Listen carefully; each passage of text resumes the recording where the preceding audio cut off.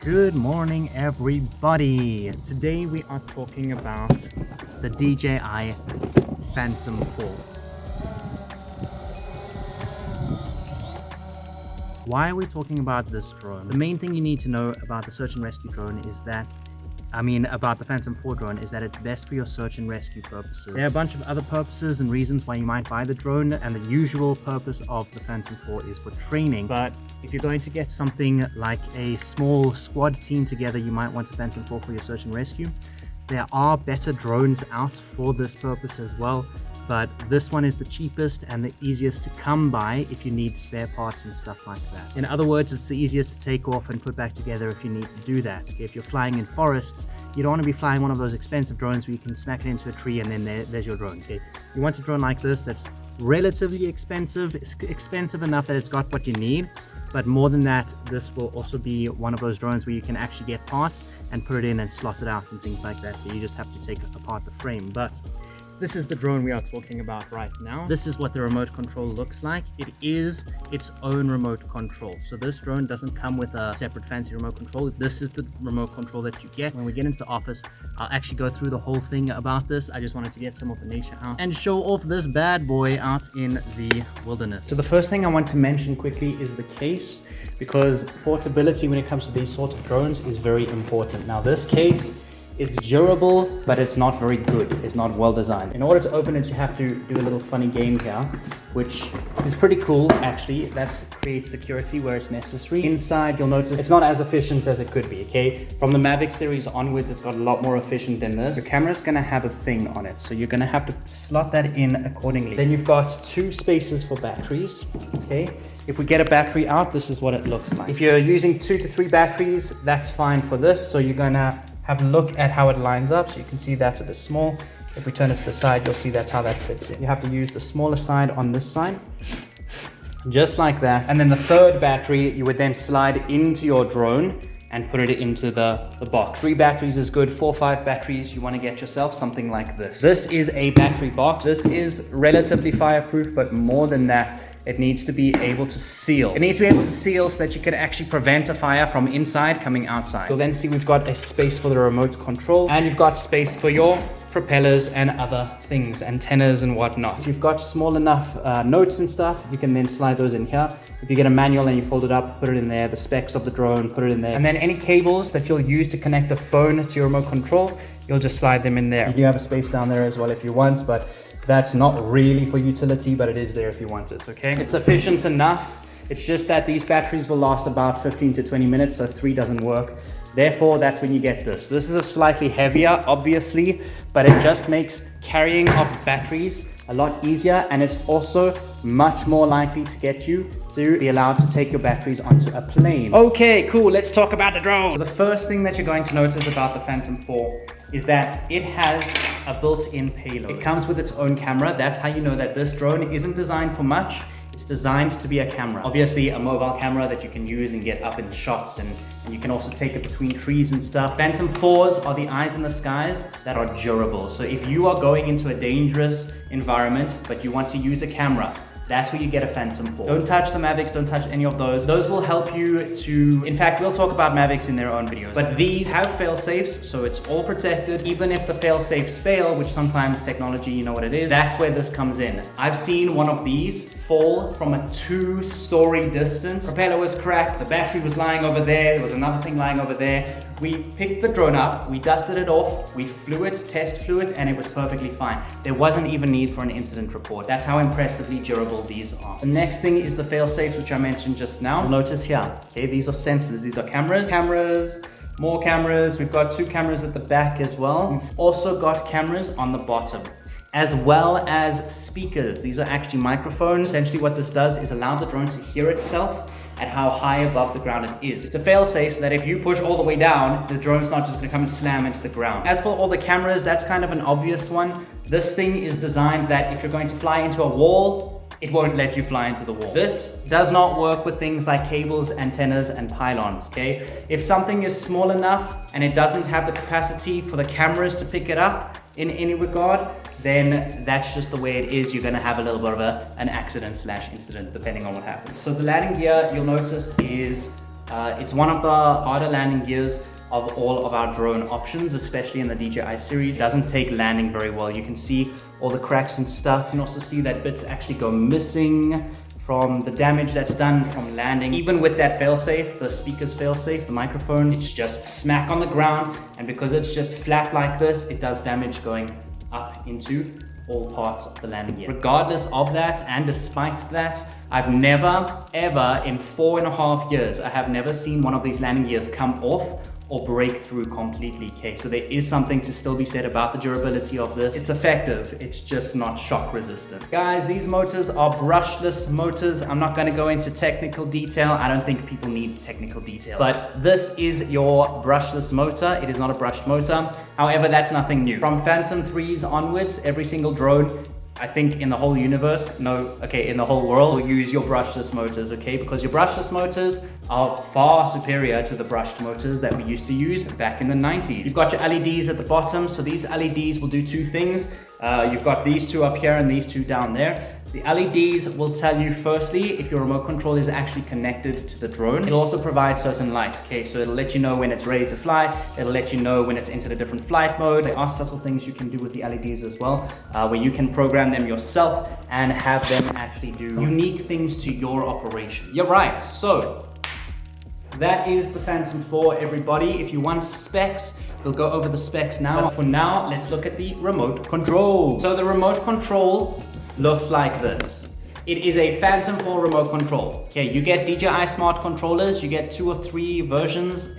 I think there's a 3rd version that's come out, but this specifically is for your Phantom 4. You fold it up, that's where your phone goes. Well, what if I have a tablet? My phone's not gonna fit there. That's where this button comes in. So there's a button here that will extend that. Okay, then not only will it let you see your orientation in vertical display for your phone, but it'll also allow you to fit in a tablet there. You've also got cool little hooks here that stick out. So if you have a small device, you can fit it in there, or if it's a little bit bigger than that, you can fit it at the top.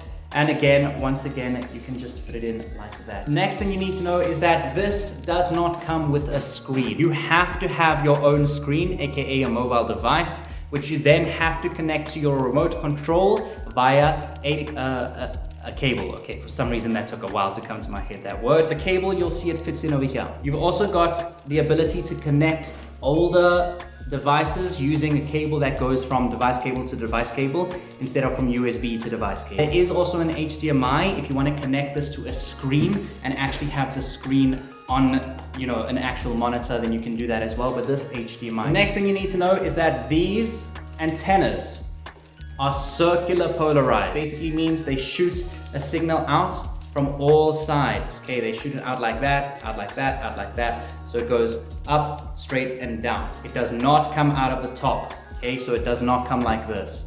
It will come out like this and shoot around. It means that wherever you're flying, it's able to change the signal to fly there. Okay, now you're there, now it changes. That's why we put our antennas like this and not like this. Because this would be beneficial if the drone was above us, because then it's shooting up, but it's not beneficial as it's in front of us because it's not shooting out like that. The reason they've designed it like this, that you can move it around, is for that exact reason. If you fly high above you and you lose signal like this, you have that ability. It'll then connect the signal. You can fly it and then fix your position. Then you've also got your joysticks. This is pretty standard. I'm not gonna go over these, but when it comes to joystick function, like the feel of it, these are probably the best. In my personal experience, flying the Phantom 4, usually is the easiest. Sometimes it depends how old the model is, okay, I'm not gonna lie. Power button at the bottom, which if we press that button, you will then see all your lights pop up. Even if you're all the way down to 1 light on, it can still fly for about 3 to 4 flights. This button, this is your failsafe button. This does not mean it will return to launch. Okay, you'll see the little home icon there. This will do what you set it to do. So you're gonna go into your manual, you're going to say how to set return to home. The way I would always suggest setting these up, if you just press and let go, you want the drone to just land where it is. But if you press and hold, you want it to then do its whole return to home thing. So those are my recommended fail-safe practices for you guys to set on your drone. If you don't like manuals, just go to YouTube, okay? It's easy enough. All right, then you've got on this side, you've got an ability to control certain things. If you had a tether on your drone, you could use this. Alternatively, you can fix this up to match your camera, and you can do cool things with your camera. This is for the camera, okay? So this doesn't change very much. This will make the camera go side to side. This, you can set it up to make the camera like, change like this, but normally what you do, you press this button, or you press these buttons down here. This one down here, for us, on this one, it makes the camera face down, and then this one over here will make the camera face back. Of course, you've got your record button, and you've got your pause button. This button there, like I said, you can program this one. Program it to be with your camera is what I said, but you can also program this to do other things. You can move on to just the feel of the remote control. It's kind of heavy, but it's easy to hold. Everyone suggests practicing pinch method in the training industry. That's how we're supposed to fly for examiners. That's what we do, okay? So we use the pinch method. This is the easiest. I trained a dude that only had his thumb and his pinky. Holding this thing like this, he was still able, missing those 3 fingers, he was still able to do the pinch method, okay? Obviously we said, dude, you don't have to, and he stopped. But the fact that he was able to proves how easy it is to actually hold this, to wield this. Okay, you wield this thing, you don't just hold it. If you do want additional safety in holding this thing, you want to get yourself a lanyard. It has a nice hook there for you that you can hook your lanyard on and just tie it around your neck. Just for your information, this is just where you charge. Normally there's a cover over this. This is where you get a charger. Again, just like you get Phantom 4 batteries, Phantom 4 remote control, you get a Phantom 4 charger.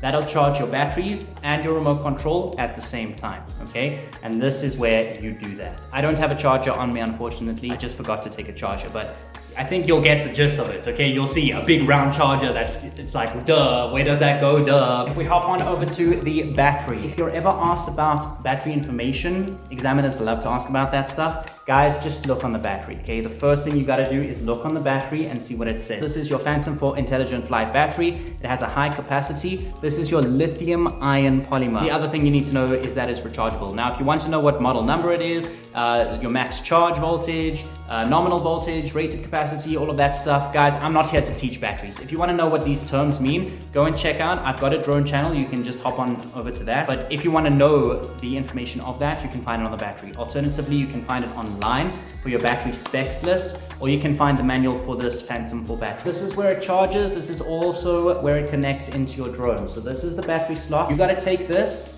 and put it on the right side. As long as your button is on the right side of the battery, you know it's gonna fit in.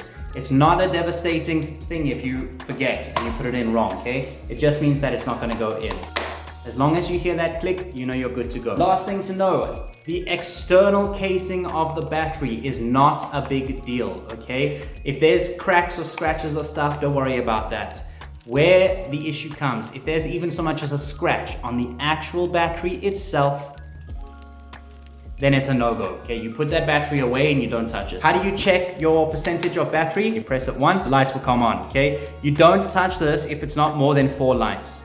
If it's less than 4 lights, okay? So, yeah. So you want a full battery is what I'm saying. This one you can fly and fly and fly until it's on one light, but this, you need that. Before you turn the drone on, you're then going to turn the remote on. So to check the remote, you press it once and you'll see your 4 lights. If you want to turn this thing on and have it stay on, press and hold. You can see the lights at the bottom, they come on. Okay, let me do that again. So turn it off is the same thing. So press and hold. Okay, you then turn the drone on. So have a look. Press and hold. There you go. Now have a look at the LEDs on the bottom. These LEDs are the indications of whether it's connected to the remote control or not. Crazy lights is telling us it's not yet connected, it's calibrating. Once it's calibrated, you'll see what it does. Okay, it changes right like that. It changes to a nice steady green and you know that it's ready to go. In that instance, you then start up by making a V and you end by pulling it down on the left joystick. So you make a V, what does that mean? You take both joysticks and you move them to the center bottom. So you make a V. Okay, and your motors will start up. Once you're done with it and you've landed, you put this, take your left joystick and you push it all the way down. Now let's talk about why we do it in this sequence. If you turn the remote on and then the drone will connect to the remote. If you turn the drone on first and then the remote control, the drone has the possibility of connecting to something else, taking off and flying its own mission. I've had to run after a drone before and grab it. Start by turning this on first and then this. Now let's finally hop onto your propellers. We obviously have 4 propellers. We're not going to be flying with 3 propellers, okay? You'll see on your propellers, you'll see that this one has a black ring and this one has a silver ring. Also notice on the propellers that there are lock and unlock signals. So have a look. You see that, okay, that's the unlock. and that's the lock. So on this one, there you go. So you've got unlock and lock. So what you do, you first look at the drone itself. See how these ones have black dots versus this one, which doesn't have any black dots? Well, if you can put 2 and 2 together, you take the black on black and silver on silver. Hold the motor down, put the propeller on, spin the propeller until it fits. How do you know it fits? Well, if you keep spinning it, it's not going to keep spinning. You then need to secure it down. So you're going to push the propeller down, spin in the direction of the lock, push down, bring it towards me, and let go.